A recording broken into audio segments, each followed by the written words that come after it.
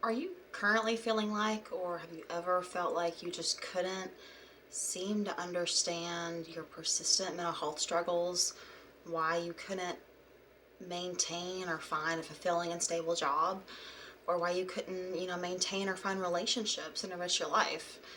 Well, that's how I felt before I learned I was autistic. Hi, my name's Kendall. Welcome to Rooted Reflections. This is a space where neurodiversity, nature, and poetry meet. I'm a 30-year-old late diagnosed autistic and ADHD woman, and I'm mainly here just to share my experiences, share some of my special interests, and just, find a community and stuff. I think there's so much healing and growth and connection like that, like really authentic connection. I want to point out that I'm not a doctor or a medical professional of any kind. None of my content should be used as any kind of like diagnostic criteria. However, if something stands out to you, you want to explore it some more, definitely, bring it up to your doctor, explore with a medical professional. If you don't have that, there's a lot of like online resources, things like that. One part of this channel is I do want to kind of build a hub of like online accessible, especially free resources. Like, I think the cost of resources alone is an issue. I could go on a huge tangent about that. The word autism or autistic wasn't really intensively discussed in my life until I was about 25. And it wasn't until 5 years later, earlier this year when or earlier last year, it's already 2025. But anyways, that's when I actually got a formal diagnosis. And I'll do a video on just the crazy inaccessibility of adult autism diagnoses, but I'll get into that at a later point. For me, I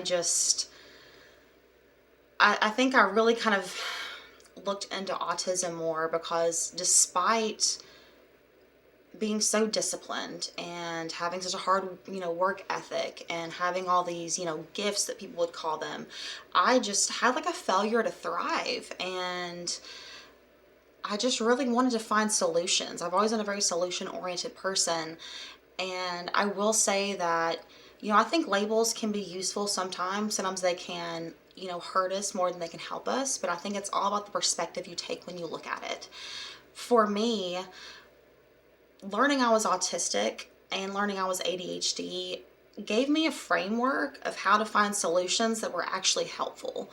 Because before, I was just like throwing darts in the dark. Like it would just land wherever. Like, I'll give this a shot. And it felt really futile and like a waste of time. And it made me feel like a failure every time. But when I started kind of, learning more about autism content, working with a practitioner that specialized in that, it really helped me to better understand myself, have better empathy for myself, and actually accomplish the things that I wanted. I was formally diagnosed with ADHD when I was about 15 or 16. This was actually after an issue with eating disorders, OCD type tendencies is how they kind of presented at the time also. And I will do a topic, a couple of videos on just kind of the correlation and the overlap between disordered eating and eating disorders and especially autism, but also ADHD. But anyways, I was diagnosed with ADHD at the age of 15 or 16. And I did use, stimulant medication in low doses as well as some therapy when I was younger, off and on.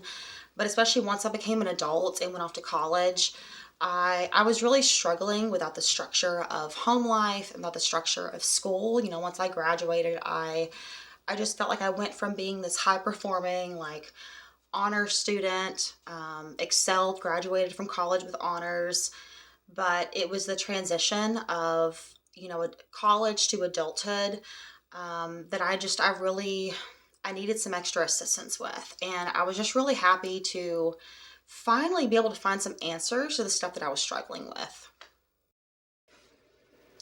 And I want to, point out that before the word autism was even brought up, I had literally tried everything under the sun. I had, worked on my shadow, worked on my trauma. I've always led a very healthy, active life. Fitness and health and nutrition has always been at the forefront of my life. I think that's something really helpful and important for anyone, but especially neurodivergent people. But anyways, it was just, I don't know. I was so relieved when I finally accepted that it might be autism. Now, when it was first brought up, I honestly had some mixed feelings.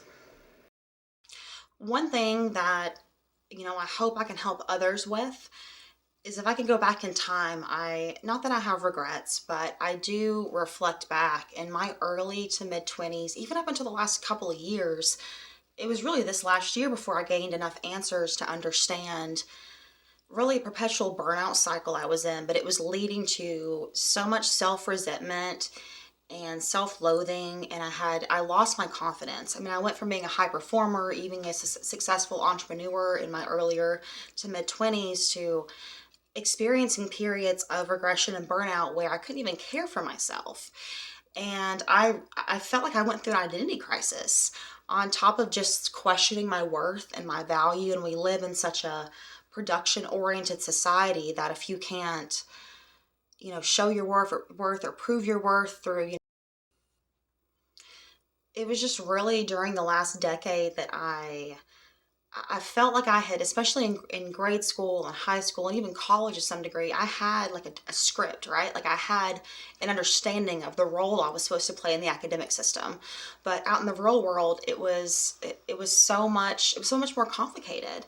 And I think I always understood my social differences on a level and how hard sometimes closer or intimate relationships were for me. And I always used my overachieving perfectionist nature to, say I pretty much don't have time for relationships. But I felt like by my mid to late 20s, all of that kind of caught up with me. And the chronic, exhaustion and overwhelm, which I think in part was from masking, which I'll delve into in another video in more depth. But that's basically just kind of concealing who you are as a neurodivergent person to appease or fit in with, neurotypical people, with kind of like the norm. Um, but I just got to a place where I didn't trust myself. I found myself repeatedly in, relationships or scenarios with very toxic people. And it kind of felt like the same archetype was coming into my life over and over again. I couldn't understand why I seemed to be so vulnerable to this. And that's really kind of what propelled a lot of this, was just understanding, how to navigate the social world better. I do think that there's, multiple aspects you can look at late diagnosis from. In some ways, maybe it helped me, but in a lot of ways, in most of the ways, it held me back from things that could have helped me. And it held me back from knowledge that could have helped me to better interact with myself, the world. Like knowledge is power. And to be honest, I haven't always had the most positive or productive experiences in like the mental health and self-help space. I think that I got into a place where I was so obsessed with self-improvement and my flaws that I really was unable to live life for a while. But I think that ultimately that stemmed from just not having the right answers, right? I was trying things that weren't working. I didn't have the right approach because I didn't know what the actual problem was. And that's not to say that autism or ADHD are a problem. I really hope this channel is going to be something empowering, and I want to take a strengths-based perspective with a lot of stuff because I think that we're missing that.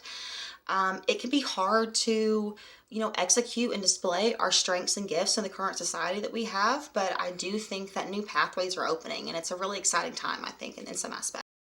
Like, I really strive for this just to be a very solution-oriented, empowering space. I want to share how things like, herbalism, spirituality, poetry, and writing has really helped me to just maintain a more balanced, life and perspective. For me, writing, especially poetry, over the years, that has been something that I've really grasped onto because it's helped me to understand my own thoughts, my own feelings. And I think that it can be a good way to really articulate the neurodivergent experience. So I'm excited to hear and see what you guys think about that. But I definitely want to hear from others. I mean, what are your experiences? Were you late diagnosed? Do you have a diagnosis? Or are you just kind of thinking about it? I think that community and there's a lot of stereotypes that autistic people are just like loners and we're introverts. And I think a lot of us are actually ambiverts. We might all prefer more, like a lot of us might prefer the one-on-one type communication or interaction, but we absolutely need social interaction and community. It just needs to be authentic and safe. And that's really what I'm hoping this will be. So if you guys want, subscribe for more, comment down below. Hope to see you next time.